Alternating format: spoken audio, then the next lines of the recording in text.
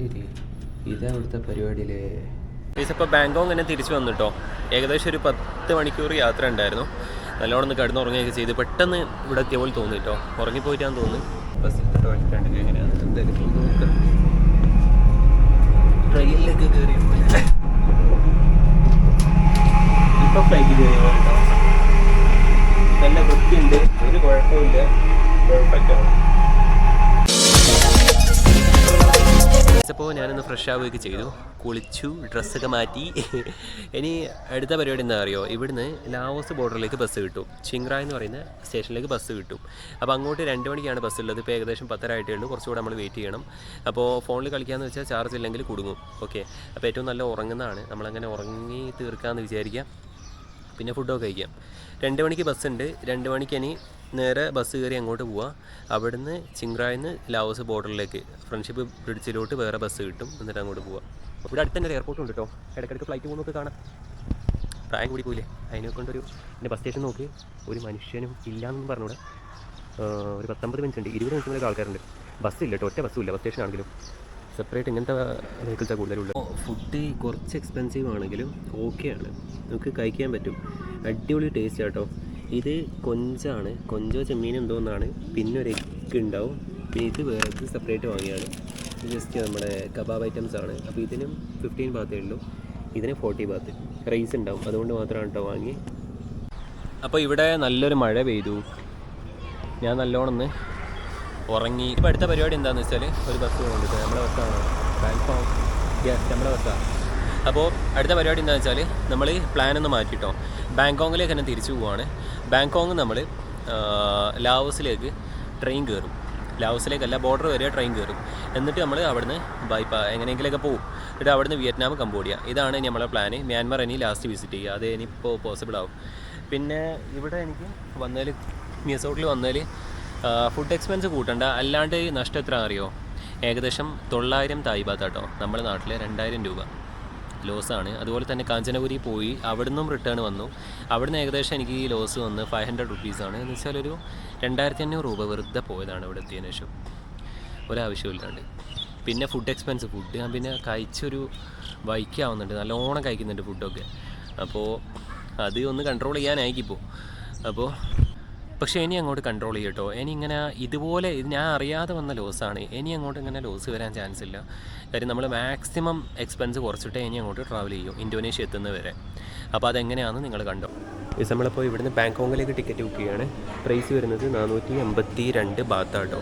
എന്ന് പറയുമ്പോൾ നമ്മുടെ നാട്ടിലൊരു 1000 റുപ്പീസിൻ്റെ അടുത്താണ് കോസ്റ്റ് വരിക. തിരിച്ച് ബാങ്കോക്കിലേക്ക് തന്നെ പോവാം. ബാങ്കോക്കിൽ നിന്ന് നമ്മൾ ലാവോസ് ക്യാപിറ്റലിലോട്ട് ബൈ ട്രെയിൻ പോകും. അത് ചീപ്പാണ്, വലിയൊരു എക്സ്പെൻസ് വരില്ല. ഗൂയ്സ്, അപ്പോൾ ഇതാണ് നമ്മുടെ ബസ്. നല്ല ഹെവി ബസ്സാട്ടോ, ഫ്ലൈറ്റ് പോലെ ഇരിക്കുന്നത്. ഇതിൽ ബാത്റൂമൊക്കെ ഉണ്ട് കേട്ടോ. പ്രൈസൊക്കെ സെയിമാണ്, വലിയ മാറ്റമൊന്നുമില്ല. ഗൈസ്, ബസ് ഹെവിയാണ്, ലക്ഷറിയാണ്. ബസ്സിൻ്റെ ടോയ്ലറ്റ് ഉണ്ടെങ്കിൽ എങ്ങനെയാണ് എന്തായാലും നോക്കാം. ട്രെയിനിലൊക്കെ കയറി ഇപ്പോൾ ഫ്ലൈറ്റ് കയറി കേട്ടോ. നല്ല വൃത്തിയുണ്ട്, ഒരു കുഴപ്പമില്ല, പെർഫെക്റ്റ് ആണ്. ഗൈസ്, ഞാനിപ്പോൾ കയറുന്നതിന് മുമ്പേ ജസ്റ്റ് ഒരു ഫുഡ് വാങ്ങുന്നിട്ട് കേട്ടോ. ഫുഡല്ല, ഒരു ചെറിയ സാധനം. ഇത് KFC ടൈപ്പിലുള്ളൊരു ഒരു ചിക്കനാണ്. 10 ബാത്തേ ഉള്ളൂ. ഏറ്റവും 3 വാങ്ങിക്കും. പോകുന്ന വഴിക്ക് നമുക്ക് വേറെ ഒന്നും കഴിക്കാൻ കിട്ടില്ല. അപ്പോൾ അത് പ്രശ്നകരമാണ്. ഗൈസ്, അപ്പോൾ ബാങ്കോക്ക് തന്നെ തിരിച്ചു വന്നിട്ടോ. ഏകദേശം ഒരു 10 മണിക്കൂർ യാത്ര ഉണ്ടായിരുന്നു. നല്ലോണം ഒന്ന് കിടന്നുറങ്ങുകയൊക്കെ ചെയ്ത് പെട്ടെന്ന് ഇവിടെ എത്തിയ പോലെ തോന്നി കേട്ടോ. ഉറങ്ങിപ്പോയിട്ടാന്ന് തോന്നുന്നു. പിന്നെ ഇനിയിപ്പോൾ നമ്മൾ നേരെ പോകുന്നത് എങ്ങോട്ടാണ് അറിയോ? നമ്മൾ ഡോൺ മ്യാങ്ങി എന്ന് പറയുന്നൊരു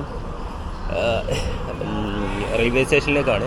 അത് എയർപോർട്ടും കൂടാണ്, എല്ലാം കൂടി മിക്സഡ് ആയിട്ടുള്ളൊരു സ്റ്റേഷനാണ്. അപ്പോൾ അവിടെ നിന്ന് നമുക്ക് നോങ്കായി എന്ന് പറഞ്ഞ സ്ഥലത്തേക്കാണ് പോകേണ്ടത്.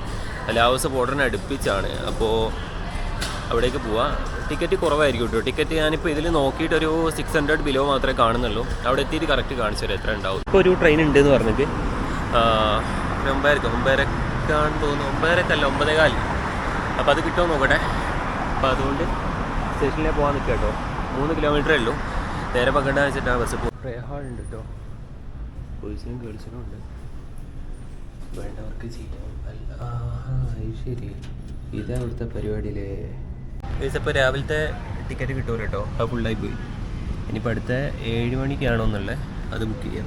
7 മണിയല്ല, 9 മണി, 9:10 രാവിലെ അവിടെ എത്തുന്ന രീതിയിൽ. ഗൈസ് അങ്ങനെ ടിക്കറ്റ് കിട്ടി. ടിക്കറ്റ് 211 ബാത്താണ് വന്നത്. എന്ന് വെച്ചാൽ നമ്മുടെ നാട്ടിലത്തെ ഒരു 450 രൂപയാണ് ടിക്കറ്റിന് പ്രൈസ് വന്നത്. കുറവാണ്. ഗൈസ് അങ്ങനെ ടിക്കറ്റ് കിട്ടി, കാര്യങ്ങളൊക്കെ കഴിഞ്ഞു. ഇനിയിപ്പോൾ ഞാൻ ഒന്ന് പുറത്തേക്ക് ഇറങ്ങി കേട്ടോ, ഫുഡ് കഴിക്കാൻ വേണ്ടിയിട്ട്. രാവിലെ ഒന്നും കഴിച്ചിട്ടുമില്ല. പിന്നെ അവിടെ നിന്ന് കഴിക്കാൻ നോക്കി, പക്ഷേ ഭയങ്കര എക്സ്പെൻസീവ് ആണ്, അത് ശരിയാവില്ല.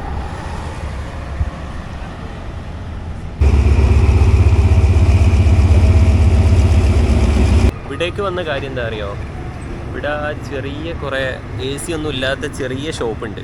അപ്പോൾ ഇവിടെ പോവുകയാണെങ്കിൽ വലിയ പൈസ ഇല്ലാണ്ട് ഫുഡ് കിട്ടും. ഒറ്റ കാര്യം കൊണ്ടാവുന്നത്.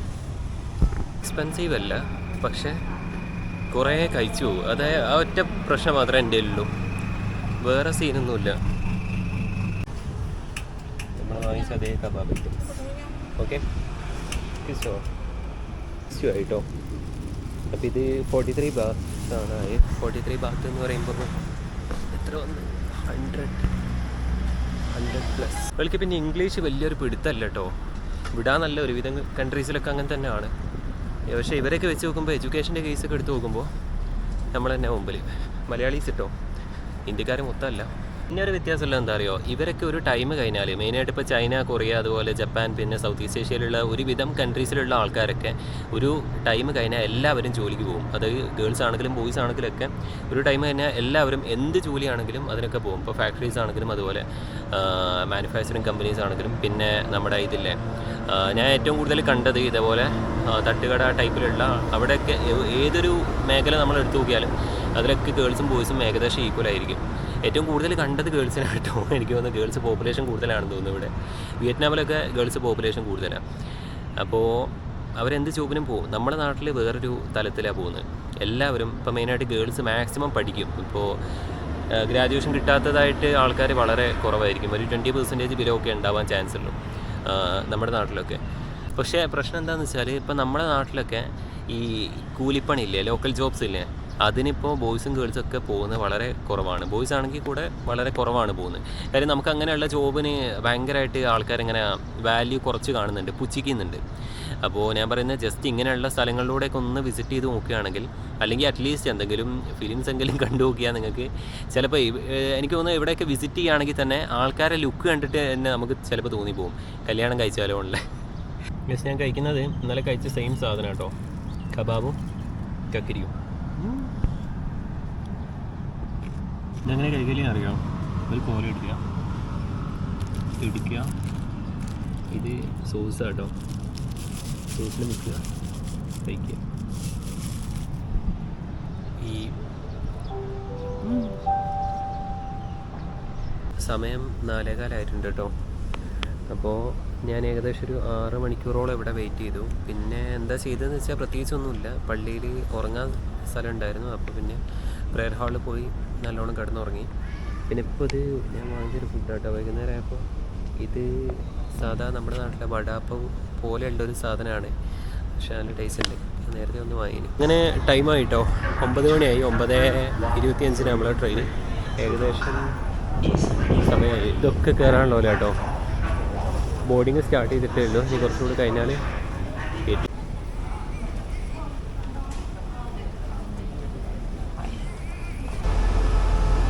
നമ്മൾ ആദ്യം കണ്ട റെയിൽവേ സ്റ്റേഷനില്ലേ, അവിടെ വലിയ സെറ്റപ്പ് ഒന്നുമില്ല കേട്ടോ. പക്ഷേ ഇത് വലിയ സെറ്റപ്പായിട്ടും ട്രെയിനിന് വലിയ മാറ്റമൊന്നുമില്ല, പഴയതുപോലെയൊക്കെ തന്നെ.